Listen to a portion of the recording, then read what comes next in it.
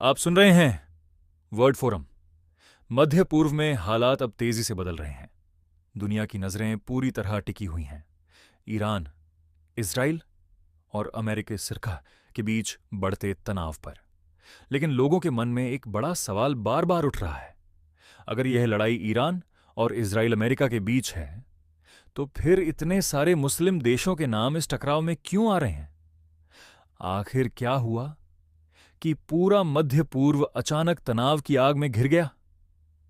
कहानी की शुरुआत उस हमले से होती है जब इजराइल ने ईरान से जुड़े एक बड़े सैन्य नेता को निशाना बनाकर मार गिराया। ईरान ने इसे सिर्फ एक हत्या नहीं माना, उसने इसे अपने खिलाफ खुली सैन्य कार्रवाई कहा। यहीं से सब कुछ तेजी से बिगड़ने लगा।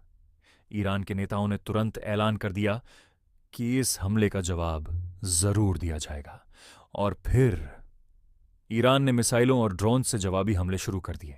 अब यह टकराव सिर्फ दो देशों तक सीमित नहीं रहा, इसका असर पूरे इलाके में फैल गया है। अब सवाल यह है, इस संकट में कौन कौन से देश घिरे हुए हैं?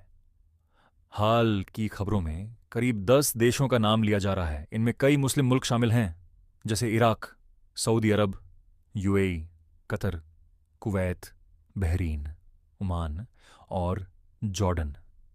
इसके अलावा इजराइल और साइप्रस का भी जिक्र आ रहा है। यही वजह है कि लोग पूछ रहे हैं, अगर लड़ाई ईरान और इजराइल के बीच है तो फिर इतने सारे देश क्यों बीच में आ गए?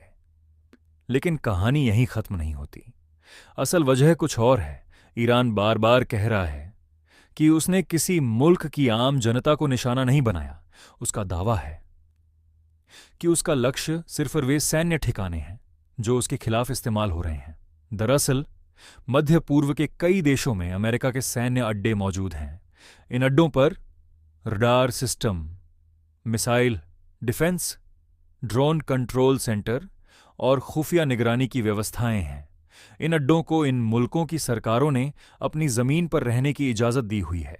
ईरान का तर्क साफ है, अगर इन ठिकानों से उसके खिलाफ ही हमला होता है तो वह उन्हें भी वैध निशाना मान सकता है। मतलब ईरान किसी मुल्क की जनता से दुश्मनी नहीं रखता, उसका निशाना वे सैन्य बेस हैं जो उसकी नज़र में इस युद्ध का हिस्सा बन चुके हैं। अब जरा एक और अहम बात समझ लीजिए। मध्य पूर्व में अमेरिका के कई बड़े सैन्य अड्डे हैं, खास तौर पर Qatar, Bahrain, Kuwait, UAE, Saudi Arabia, Jordan और इराक में।